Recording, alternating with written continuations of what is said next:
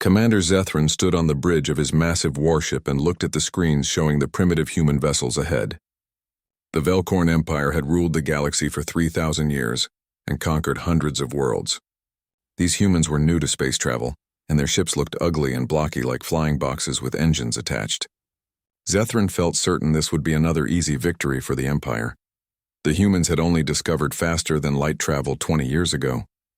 They had built a few colony worlds, but nothing impressive. Their technology was centuries behind the Velkorn. Zethran ordered his crew to ignore the human communication attempts. He sent 3 cruisers forward to begin the standard occupation procedure. The human ships in front of them were just cargo vessels and mining platforms with some weapons bolted on. The real human military fleet was still 3 days away, racing back from the outer colonies. Captain Jake Morrison commanded the human warship called Defiant. He knew his fleet was outmatched in every way. The Velkorn had better weapons, stronger shields, and more experience. But Jake also knew something about humans that the Velkorn did not. When humans faced impossible odds, they did not surrender. They found new ways to fight. His engineering officer reported that their new reactor was running at 30% above predicted power levels. Jake studied the tactical display and prepared to show the Velkorn what happened when someone threatened Earth. The human fleet arrived in a scattered mess that looked nothing like proper military formation. Ships came from different directions at different speeds. To Zethran, it looked like complete chaos. Every civilized species in the galaxy used organized battle formations. These humans clearly did not know basic military tactics. Zethran smiled and prepared to destroy them quickly. The first human ship to attack was a destroyer commanded by Captain Greg Palmer. Instead of staying at a safe distance and exchanging fire like normal warfare, Palmer drove his ship straight at the nearest Velkorn cruiser at full speed. Zethran watched in confusion as the human ship accelerated toward them like it planned to ram. At the last second, the human ship turned hard and passed within meters of the Velkorn hull. As it flew past, it released hundreds of missiles at point-blank range. The Velkorn defensive systems could not track targets that close. Explosions ripped across their ship's armor. Before Zethran could react, 2 more human ships did the same thing from different angles. The Velkorn fleet was designed for careful long-range combat where ships maintained proper distance and formation. They had no training for this kind of aggressive close combat. Their weapons could not track the fast-moving human ships that refused to follow any known tactical rules. Jake Morrison watched the battle unfold and saw that the Velkorn fought like it was a training exercise. Every move was predictable and by the book. He ordered his ship to rotate while still moving forward, so all weapons could fire at once. This maneuver would tear apart most ships, but human vessels were built incredibly tough. Humans always over-engineered everything because they planned for things to go wrong. The Defiant spun and unleashed everything it had at a single Velkorn cruiser. Within 20 minutes, 2 Velkorn cruisers were destroyed and the third was running away. The human fleet had taken damage, but not one ship was completely destroyed. On the Velkorn command ship, Zethran stared at his screens in disbelief. His species had been conquering worlds for thousands of years. These humans were barely capable of space travel. Their technology was primitive, yet somehow they had won. His tactical officer analyzed the battle data. The humans did not fight like anyone else in the galaxy. They were unpredictable and aggressive. They used their own ships as weapons and seemed willing to take huge amounts of damage. Their hulls were built 3 times thicker than necessary. It was like they expected their shields to fail and their armor to be hit. Every civilized species built ships with strong shields and light armor, because proper tactics meant shields should never fail. Humans built ships expecting everything to fail. Zethran ordered a communication channel open to Imperial Command. The Empire needed to know what they faced. These were not normal enemies who would surrender when outmatched.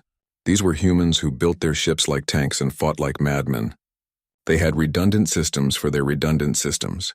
Their power reactors ran at levels that would be considered dangerous overload as normal operation. When their shields failed, they barely noticed because they had thick armor. When their armor failed, they had internal bulkheads. When those failed, they had emergency systems. The Velkorn had won thousands of battles by having superior technology and following proven military doctrine. But doctrine only worked when your enemy followed the same rules. Humans did not follow rules. They made up new tactics on the spot. They did things that should not work, but somehow did. They treated warfare like organized chaos instead of a chess game. Zethrin sent his report to Imperial Command with a warning. The humans were dangerous not because they were strong, but because they were unpredictable. They did not think like other species. They did not build ships like other species. They did not fight like other species. The Empire had never faced anything like them before. On Earth, the human leaders gathered to discuss the battle. Admiral Richard Cole reviewed the reports and knew the Velcorn would return with more ships. Humanity had won this time, but it was just the beginning. They needed to build more ships and build them fast. They needed to turn their entire industrial capacity toward war production. Captain Nicole Stevens reported that shipyards were already working around the clock. 12 new destroyers were under construction, and 6 heavy cruisers were being built. Jake Morrison proposed a strategy. Instead of trying to match the Velcorn ship for ship, they should make every battle a close-range nightmare. They should mine their space, build automated defense platforms, and force the enemy into knife fights where numbers mattered less than training and toughness. The Velcorn wanted clean battles at long range where their superior sensors gave them advantage. Humans would deny them that. Humans would drag them in close where overbuilt human ships could absorb punishment that would destroy Velcorn vessels. Admiral Cole agreed with the plan. If the Velcorn wanted Earth, they would have to get their hands dirty. Humanity would turn every battle into a brutal close-quarters brawl. They would make the Velcorn pay in blood for every meter of space. The galaxy was about to learn that humans did not fight fair and did not know how to quit. 3 weeks after the battle at Earth, the Velcorn Empire's military council met on their capital world. Grand Admiral Kethvar watched the recordings of human ships destroying Imperial cruisers, and his anger grew. A species that achieved spaceflight only 20 years ago had humiliated the Empire. He demanded explanations from his advisors. The chief strategist named Pelmoth pulled up detailed analysis of the battle. The humans fought without following any established rules of warfare. They used ramming speed attacks and point-blank weapons. They employed suicidal tactics that no sane military would consider. But most concerning was how they built their ships. Human vessels had armor 3 times thicker than necessary. They had backup systems for their backup systems. One human destroyer had more armor than a Velcorn battlecruiser, but was only 1/4 the size. Kethvar assumed the humans must have sacrificed speed and weapons to have such heavy armor. But Pelmoth explained that was not true. Human power plants ran at dangerous overload levels as normal operation. They generated enough power for full shields and full weapons and full speed all at the same time, with power left over. Their reactors had more safety systems than Velcorn reactors had operating controls. The humans built everything expecting it to break. When Velcorn shields failed, their ships were crippled. When human shields failed, they barely noticed because of their thick armor. When that armor failed, they had internal bulkheads. When those failed, they had emergency systems. Another admiral asked how humans could afford to build such expensive ships. Pelmoth explained that humans did not maintain ships the way other species did. They designed ships to be repaired during combat by crews with basic training, using whatever materials were available. One human ship had patched a hull breach with deck plating and industrial glue. It held for the entire battle. The Velcorn Military Council sat in stunned silence as they realized what this meant. On Earth, Captain Jake Morrison met with Admiral Richard Cole and other senior officers. They knew the Velcorn would return in force. Humanity had bloodied the Empire's nose but could not win a long war against a galactic superpower. They needed time to build more ships and establish better defenses. Maybe they could find allies among other species who resented Velcorn rule. Captain Nicole Stevens from the Shipbuilding Division reported that production was running at maximum capacity. 12 new destroyers were under construction, and 6 heavy cruisers were being built, but it was not enough.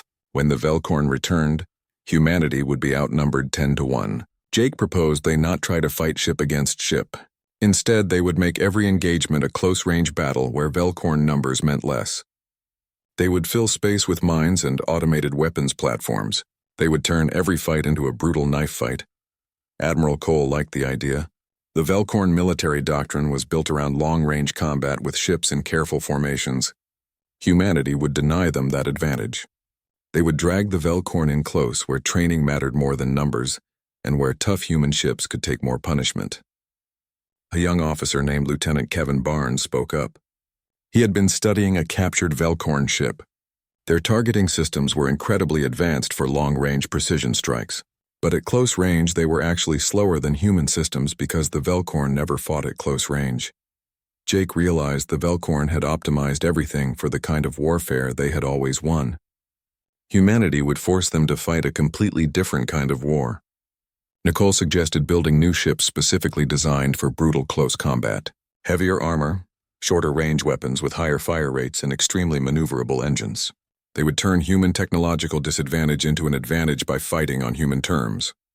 Admiral Cole stood and looked out at Earth's largest orbital shipyard. He ordered design teams to create prototypes for a new warship class within 1 week. He wanted massive amounts of armor, ridiculous numbers of point defense weapons, and engines powerful enough to dance around anything the Velcorn had. If the Empire wanted human worlds, they would have to fight through hell to get them. Back on the Velcorn capital, Grand Admiral Kethvar made his own plans. He ordered 3 entire battle fleets assembled. 60 cruisers, 20 battleships, and hundreds of support vessels. They would crush the human resistance and make an example of Earth. The strategist Pelmuth urged caution. They did not fully understand human capabilities yet. But Kethvar dismissed this concern. The humans had destroyed 2 cruisers. That told him everything about their strength. They were just reckless primitives. Recklessness was not a substitute for proper military training. Pelmuth argued that human recklessness had made them unpredictable. The Velcorn had followed established doctrine which made them predictable. The humans had exploited that against them. Kethvar waved away these concerns. They would adapt their tactics for one primitive species. The fleet would depart in 2 months. That would give them time to develop countermeasures for human tactics. What the Grand Admiral did not know was that 2 months was exactly how long humanity needed to complete their next generation of warships. Human shipyards were not elegant facilities that carefully crafted each vessel over many months. They were industrial complexes that stamped out ships quickly. The ships were not perfect, but they were good enough to fight and die. Earth's military academies ran accelerated training programs. New crews graduated every week. They were not as experienced as Velcorn veterans, but they were trained specifically for close combat chaos. They learned to think fast, adapt quickly, and take risks that would horrify traditional military officers. Human doctrine was simple: get in close, hit hard, and keep moving. Never sit still. Never fight fair. Never give up. Captain Jake Morrison inspected the first of the new warship class called Thunderchild. It was smaller than a Velcorn cruiser but had twice the armor. Its reactor could power shields and weapons at the same time, while still having energy reserves for emergencies. The weapons were all designed for close-range, devastating firepower. It was ugly and brutal and exactly what humanity needed. The Velcorn fleet would arrive at human space with overwhelming numbers and superior technology. They would follow proven tactics that had conquered hundreds of worlds. They expected another victory to add to their 3,000-year record. But they were about to learn that some enemies could not be beaten with superior numbers alone. They were about to face an enemy that planned for everything to go wrong and built accordingly. An enemy that did not surrender when logic said they should. An enemy that made up their own rules. The Velcorn Armada arrived at New Hope Colony with massive force. 60 cruisers and 20 battleships dropped out of faster-than-light travel in perfect formation. Their shields glowed with barely contained power. It was meant to intimidate and show the futility of resistance. Grand Admiral Kethvar stood on his flagship bridge watching the human colony grow larger on the screens. He ordered scans for defensive installations. The sensors detected 200 automated defense platforms around the colony. Minefields were laid out in standard orbital patterns. Kethvar nodded with satisfaction. The humans had read Velcorn tactical manuals and deployed static defenses exactly as expected. He ordered the fleet to advance using standard mine-clearing procedures. Weapons prepared to engage the defense platforms from maximum range. The Velcorn fleet moved with practiced precision perfected over 3,000 years of planetary assaults. That was when everything went wrong. The first explosion came not from the minefield but from inside a Velcorn mine-clearing ship. Someone had planted a bomb during the ship's last resupply stop. The explosion tore the vessel in half. In the chaos, nobody noticed small human shuttles hiding in debris around the colony. They used passive stealth systems and waited. Commander Lisa Hayes piloted her shuttle called Providence toward the Velcorn formation. 20 other small craft did the same, using the explosion as distraction to get close undetected. Lisa ordered her teams to wait for her signal. They only had one chance at this surprise attack. The Velkorn fleet recovered from the sabotage and resumed their advance. They cleared the minefield without more problems and began destroying defense platforms. The platforms fired back but were systematically eliminated by superior Velkorn weapons. Kethvar felt confident this was proceeding exactly as planned. He ordered ground troops to prepare for landing on the colony surface. They would secure the world within hours. Then the defense platforms started moving. They were not platforms at all. They were human warships that had been pretending to be stationary defenses. Now they activated engines and accelerated toward the Velkorn fleet at attack speed. Kethvar shouted orders for evasive maneuvers, but insisted the fleet maintain formation integrity. That was exactly the wrong response. The human ships led by Jake Morrison in the new warship Thunderchild split into 3 groups and drove straight into the Velkorn formation like spears. They disrupted the carefully maintained spacing that Velkorn tactics required. Jake gave the order for weapons free and told all ships to execute what he called Plan Chaos. The Thunderchild was humanity's answer to the Velkorn threat. It was smaller than a Velkorn cruiser but had armor twice as thick. The reactor would terrify any safety inspector. The weapons were designed for point-blank combat. It was ugly and brutal and exactly what the situation needed. Jake brought his ship alongside a Velkorn battleship so close their shields interfered with each other. At that range, he unleashed everything. Missiles and railguns and laser, batteries and experimental plasma cannons that engineering said were not quite ready for combat. The Velkorn battleship's shields collapsed in 3 seconds, under the concentrated barrage. The armor lasted slightly longer. Then the Thunderchild was moving to its next target, leaving the battleship venting atmosphere and listing badly. Kethvar watched in horror as his organized fleet descended into chaos. Human ships were everywhere, ignoring damage and ignoring tactical doctrine. One human destroyer rammed a cruiser and both ships exploded in a massive fireball. Kethvar realized the humans were trading ships, one of theirs for one of his. They considered it an acceptable exchange rate. And it was acceptable for them because humans could build ships faster than the Velkorn could. Human shipyards were not elegant facilities that took months per vessel. They were industrial complexes that stamped out ships quickly with crews trained well enough to be dangerous. The battle lasted 6 hours. When it ended, the Velkorn had lost 38 ships, including 7 battleships. The human fleet lost 42 vessels. By traditional military calculations, both sides suffered catastrophic losses. But Jake Morrison knew the truth was different. The Velkorn had sent a fleet representing months of assembly and years of training. Humanity had sent ships commissioned last month with crews who graduated from training programs weeks ago. Jake ordered a status report from his damaged bridge. Lisa reported 17 ships still combat capable. 9 more could limp back to Earth for repairs. The rest were gone. Casualties were over 2,000 dead and 500 wounded. Jake closed his eyes briefly, thinking about each person who had trusted him and humanity's desperate strategy. But when he opened his eyes again, his expression was hard. He asked about the Velkorn. Lisa said they were retreating to regroup. Jake stood and addressed his bridge crew. He acknowledged what the victory had cost and what they lost. But they proved something crucial today. They proved humans did not quit. Humans did not surrender. And humans definitely did not fight by anyone else's rules. On the Velkorn flagship, Kethvar sat in silence, watching the human colony grow smaller as his fleet retreated. For the first time in his long career, he had been forced to withdraw from battle. The humans had lost more ships, but they had won. He ordered a secure channel to Imperial Command. He needed to tell them to reconsider their approach to the human problem. His communications officer asked what to report about the battle. Kethvar stared at the screens where debris from dozens of ships drifted in space. He told them to report that humans did not build warships. They built weapons. And the weapons were willing to die. That was something the Velkorn Empire had never faced before in 3,000 years of easy conquests. The Battle of New Hope Colony changed everything. Word spread through the galaxy that the mighty Velkorn Empire had been forced to retreat by a species barely capable of space travel. Other species under Velkorn control began to wonder if resistance was possible. Neutral traders started quietly offering deals to humanity. The balance of power in the galaxy had shifted, even if just slightly. On Earth, the celebrations were muted. Too many people had died. Too many ships were lost. But humanity had proven they could stand against a galactic empire. Admiral Cole called a meeting to plan next moves.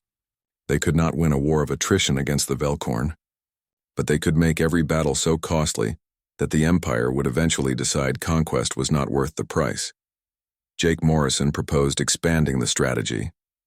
Make the Velcorn paranoid about every approach to human space. Force them to commit massive resources to simple operations. Turn their numerical advantage into a logistics nightmare. Admiral Cole approved the plan. Humanity would not try to match the Empire ship for ship. They would make the Empire bleed for every meter of space until continuing the war became too expensive to justify. 6 months after the Battle of New Hope Colony, the war entered a new phase. Neither side wanted another major fleet battle. The Velcorn had learned respect for human unpredictability, while humanity desperately raced to build enough ships to defend their colonies. But wars were not won by battles alone. They were won by intelligence and logistics and understanding your enemy. Better than they understood you, Agent. Julie Martinez sat in a rundown bar on Freeport Nexus. The station was a collection of old modules orbiting a worthless planet that served as neutral ground for many species. She pretended to drink while waiting for her contact. A Tyrellian trader with scaled skin slid into the booth across from Julie. The Tyrellian who called herself Kresh said she represented people who thought the Velcorn Empire had gotten too big. Humanity had impressed some folks by making the Empire look fallible for the first time in living memory. Julie said humans were just defending their homes. Kresh replied that humans were rewriting the rules of galactic warfare. There were species under Velcorn control for centuries who were paying attention. Kresh slid a data chip across the table. It contained fleet movements, supply routes, and command codes. Everything humanity needed to know about Velcorn logistics networks. Julie took the chip and asked why Kresh was helping them. The Tyrellian said maybe if someone finally stood up to the Empire and survived, others would get courage to do the same. Or maybe she just liked the betting odds humans were getting in black market pools. Back on Earth, Commander Ryan Foster of Navy Intelligence studied Velcorn military doctrine. He stood in a secure facility surrounded by holographic displays showing enemy ship designs and tactical procedures. Ryan told his team that the Velcorn were not stupid. They had won wars for 3,000 years, so why did they keep making the same mistakes against humans? His second-in-command, Lieutenant Amy Parker, highlighted sections of Velcorn doctrine. Their entire military philosophy was built on principles that worked against every other species they encountered. Maintain formation integrity, fight at optimal range, preserve ships because they took years to build. It was not wrong strategy. It was just wrong against humans who did not care about those rules. Ryan explained that the Velcorn could not adapt quickly because their whole system was built on that doctrine. Training programs, ship designs, and command structure all assumed those principles. So humanity kept exploiting it, but eventually the Empire would learn. Humanity needed to learn faster. Meanwhile, in the Velcorn Empire, Intelligence Director Shalvex presented findings to the Imperial Council. The humans were receiving help from multiple species. At least 6 groups were providing intelligence on Velcorn operations. This included Tyrellian weapons merchants selling them advanced components at discount prices. Grand Admiral Kethvar said that was impossible because Tyrellians were neutral traders. Shalvex explained that Tyrellians did sell to everyone, but they were giving humans special treatment. So were several other groups in Rim territories. Emperor Vexthal asked why established traders would risk their relationship with the Empire to help a barely spacefaring species. Shalvex said it was because humans disrupted the established order. Many species profited from disruption or simply wanted to see the Empire challenged. More concerning was how fast humans learned Velcorn technology. They should need decades to understand shield generators, but had working prototypes in 6 months. They copied plasma weapons and improved the design. The council erupted in disbelief. Kethvar said that was impossible with human primitive technology. Shalvex explained it was possible because humans did not think like Velcorn. The Empire refined designs over decades, ensuring perfection. Humans built something that barely worked, then tested and modified it hundreds of times. They called it rapid iteration. It was crude and inefficient, but terrifyingly effective. Back on Earth, Julie Martinez delivered her intelligence to Admiral Cole and his staff. The secure briefing room was packed with officers studying Velcorn supply routes. Admiral Cole said the data was gold. If accurate, they could hit logistics networks and disrupt supply lines. This would force the Velkorn to divert ships to protection duty, buying humanity time to build defenses. Jake Morrison, who was now promoted to Commodore, frowned at the data. He asked if it might be a trap. Julie replied she had other sources verify parts of it. The information was legitimate. The question was what to do with it. Admiral Cole decided to go on the offensive with raids. Hit-and-run strikes on supply convoys. Make the Velkorn paranoid and force them to defend everywhere, which meant they could defend nowhere effectively. Nicole Stevens from Fleet Production announced the first batch of Raider-class ships were ready. Fast and lightly armed compared to main warships, but perfect for the operations they were discussing. Jake asked how many. Nicole said 47 commissioned and ready, with another 60 under construction. Those numbers would have horrified Kethvar. In the time it took Velkorn to build one cruiser, humanity churned out over 100 specialized raiders. Within weeks, Velkorn supply lines experienced mysterious losses. Convoys arrived with missing ships. Logistics stations reported raids by small groups that struck and vanished before reinforcements could respond. Velkorn captains trained for fleet engagements found themselves hunting shadows. Commander Kyle Wright led a raid from the bridge of a ship called Ghost. His target was a convoy carrying reactor components. 6 escorts protected the cargo ships in standard formation. Kyle studied the tactical display. Standard formation meant predictable formation. He ordered his ships to execute what he called breakwater maneuver to split up the escorts. The Ghost and sister ships dropped out of faster-than-light travel above the convoy and immediately dove toward cargo vessels. The Velkorn escorts moved to intercept following doctrine to form protective screen. Then human ships split up going different directions. The Velkorn formation designed for orderly defense could not adapt quickly enough. By the time they reorganized, 3 cargo ships were burning and vital supplies spilled into space. Kyle ordered withdrawal and the raiders jumped away, leaving Velkorn escorts guarding empty space. Such raids happened dozens of times over following months. The Velkorn Empire, which spent 3,000 years conquering through overwhelming force, found itself unable to protect supply lines from an enemy that refused to stand and fight. In Imperial Council chambers, the mood was grim. They were losing more ships to raids than battles. Fleet commanders requested additional escorts for every convoy, spreading forces thin.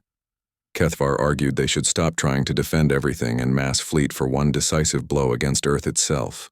Intelligence Director Shalvex interjected that was exactly what humans wanted. Every raid was designed to provoke that response. Humans fought asymmetric warfare. They did not need to win fleet actions. They just needed to make occupation so expensive the Empire gave up. Emperor Vexthul listened to advisors argue. Finally he spoke. The humans understood something Velkorn had forgotten. War was not about ships or weapons or tactics. It was about will. The question was not whether they could defeat humans militarily. The question was whether they had will to pay the price humans demanded. The council fell silent, contemplating the Emperor's words. For first time in Imperial history, the Velkorn faced an enemy that might win by refusing to lose. The war entered its second year with no clear winner. The Velkorn Empire controlled more territory and more resources and more ships, but humanity controlled something more important, which was the initiative. Admiral Richard Cole stood before the United Nations Assembly, presenting humanity's strategic assessment. Holographic displays showed the current state of the conflict. Cole explained that the Velkorn had pulled back from aggressive operations, not because they were defeated in battle, but because humanity made continued aggression too expensive. Every convoy needed heavy escort. Every occupied world required a garrison fleet. Every supply line was vulnerable to raids. Humanity turned the Velkorn advantage in numbers into a logistics nightmare. The UN Secretary General pointed out they had not won. They achieved a stalemate at best. Admiral Cole replied that stalemate was victory when fighting an empire that never lost before. 6 other species had contacted humanity requesting military advisors. They wanted to learn human tactics. The galaxy was watching and seeing that the Velkorn could be challenged. In the Velkorn Empire, similar conversations happened with different tones. Grand Admiral Kethvar stood before Emperor Vexthul, requesting permission to assemble the Grand Armada.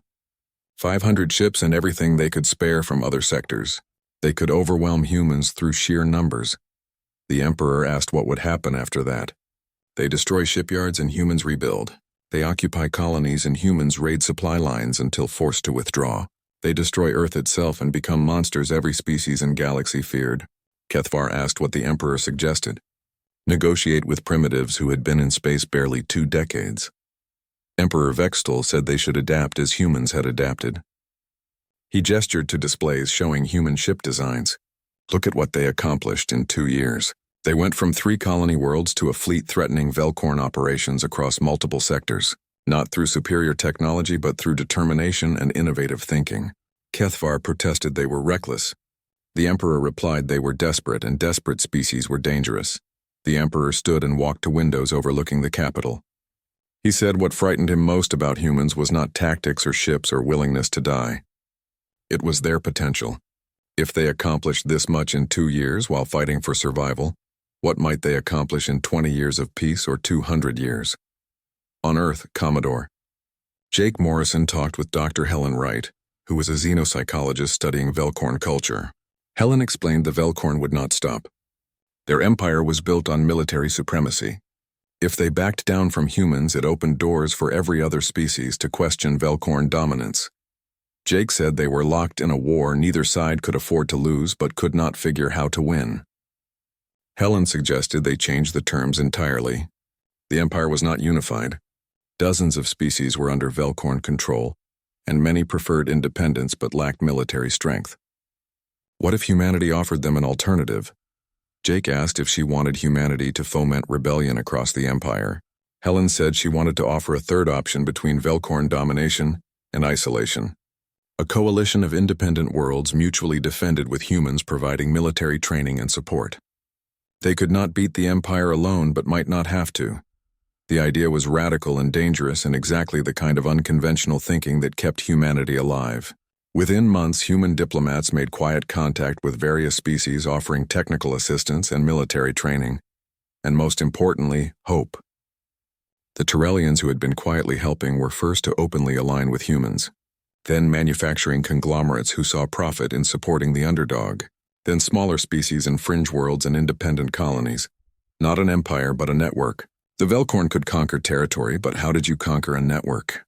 The breaking point came at the Battle of Threshold Station, which was a strategic waypoint between Velcorn and human space. A Velcorn fleet of 80 ships arrived to find not just human vessels but Turellian heavy cruisers and ships from half a dozen other species. Captain Lisa Hayes, who now commanded her own ship, called. Resolute opened a channel to the Velcorn fleet commander. She said this did not have to end in battle. They could withdraw and talk. The Velcorn commander replied the Empire did not negotiate with rebels and primitives. Lisa said calmly that the Velcorn were about to learn another lesson about humans. Humans made friends easily, and their friends learned fast. The battle was brief and decisive. The combined fleet used human tactics and human aggression with resources and numbers that had been the Empire's advantage. The Velcorn fleet withdrew after losing 30 ships without destroying a single Allied vessel. In Imperial Council chambers, debate reached a critical point. Emperor Vextol listened to advisors argue, but had already made his decision. He said enough and every voice fell silent. He would send an emissary to humans to negotiate terms. Kethvar protested this was unprecedented. The Empire had never negotiated with primitives. Vextol interrupted, saying the Empire never faced an enemy like this. An enemy that defeated them not by being stronger but by being impossible to defeat. They did not fight to conquer the Empire. They fought to not be conquered. In doing so, they showed every species and galaxy that Velcorn were not invincible. 3 months later, Captain Jake Morrison stood on observation deck of Unity Station. It was a newly constructed facility in neutral space. He watched Velcorn and human ships docked side by side. The peace treaty established formal borders and trade agreements. Most importantly, it created the Galactic Coalition, which was an alliance of free worlds serving as counterbalance to imperial power. Admiral Cole joined Jake at the window. He said it was strange how things worked out. 2 years ago, they desperately tried to survive. Now they helped reshape galactic politics. Jake replied they did not reshape anything. They just showed everyone else it could be reshaped. The galaxy would never be the same. Cole asked if the peace would hold. Jake watched a human destroyer and Velcorn cruiser conducting joint patrol exercises while maintaining respectful distance. Old habits died hard. He said both sides were too exhausted for more war soon. And the Velkorn learned something important. There were different kinds of strength.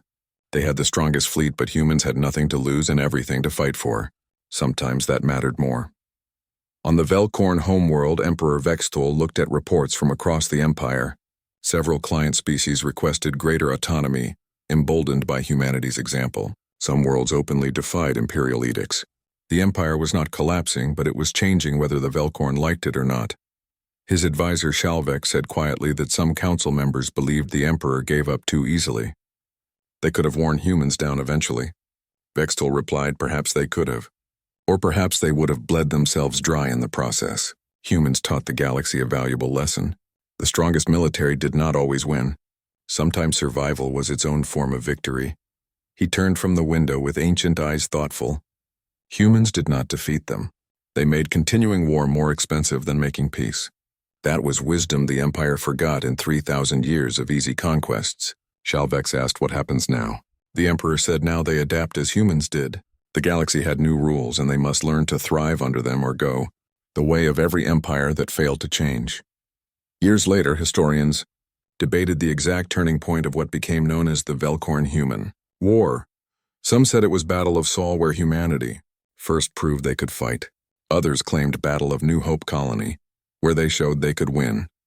Still others pointed to formation of Galactic Coalition as true victory. But those who lived through it knew the truth. Humanity's victory was not a single moment or battle. It was the slow grinding realization by the galaxy's greatest empire that some enemies could not be beaten because they refused to accept defeat. The Velkorn spent 3,000 years building perfect military machine. Humanity spent 2 years proving perfect machines could be beaten by imperfect people who would not quit. In doing so, they had not just saved themselves. They gave hope to every species that ever looked up at stars and wondered if they could be free. The galaxy would never be same, and perhaps that was greatest victory of all.